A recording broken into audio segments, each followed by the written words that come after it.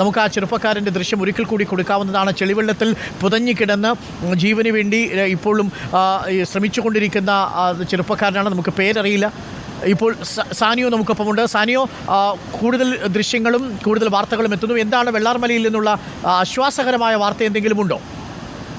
ആശ്വാസകരമായ വാർത്തയല്ല അരുൺ. 13ാമത്തെ മൃതദേഹവും ഇപ്പോൾ കൊണ്ടുപോയിരിക്കുകയാണ്. നേരത്തെ ആ കുഞ്ഞിന്റെ ശരീരം കിട്ടിയ അതേ വീട്ടിൽ നിന്ന് തന്നെയാണ് ഈ മൃതദേഹം കിട്ടിയിരിക്കുന്നത്.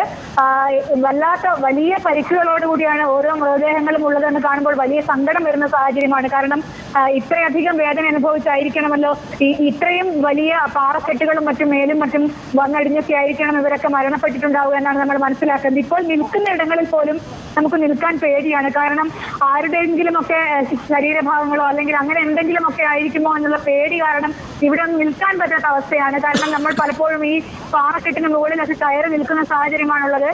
അതിനടിയിലൊക്കെ ജീവനങ്ങൾ ഉണ്ടോ എന്ന് പോലും അറിയാതെയാണ് പലപ്പോഴും നമ്മൾ നിൽക്കുന്നത്. ഏതായാലും ഇപ്പോൾ ഈ പ്രദേശത്ത് നിന്ന് 13 മൃതദേഹങ്ങൾ കിട്ടി. ഒരു കുഞ്ഞിനെ നമുക്ക് ജീവനോടെയും കിട്ടിയിട്ടുണ്ട്. ആ കുഞ്ഞിനെ ഇപ്പോൾ ആശുപത്രിയിലേക്ക് പ്രവേശിപ്പിച്ചിരിക്കുകയാണ്.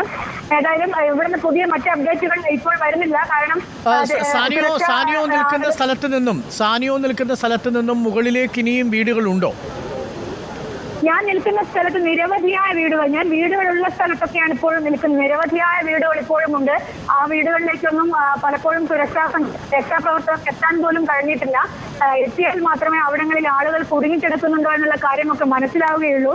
ഇവിടെ ഇപ്പോൾ ദൃശ്യങ്ങളിൽ കാണുന്നില്ല. ആ വീടുകളിലേക്കും രക്ഷാപ്രവർത്തകർ പോയിക്കൊണ്ടിരിക്കുകയാണ്.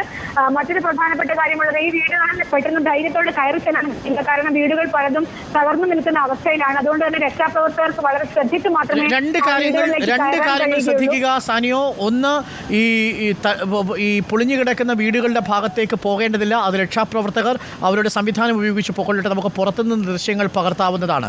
രണ്ടാമത്തേത്, സാനിയോ, ഈ ഒഴുക്കിൽപ്പെടാനോ ചെളിയിൽപ്പെടാനോ കല്ലുകളിൽ തട്ടി വീഴാനുള്ള സാധ്യത കൂടുതലാണ്. വളരെ സുരക്ഷിതമായി മാത്രം യാത്ര ചെയ്യുക. ആ ദൃശ്യങ്ങൾ ഒരു സ്ഥലത്ത് നിന്ന് പകർത്തുക. അതിനുശേഷം എന്തെങ്കിലും വിവരങ്ങളുണ്ടെങ്കിൽ മാത്രം റിപ്പോർട്ട് ചെയ്യുക. സുരക്ഷിതമായി തന്നെ റിപ്പോർട്ട് ചെയ്യണം. കാരണം കൂടുതൽ വിഷ്വൽസ് നമുക്ക് എത്തിക്കേണ്ടതുണ്ട്.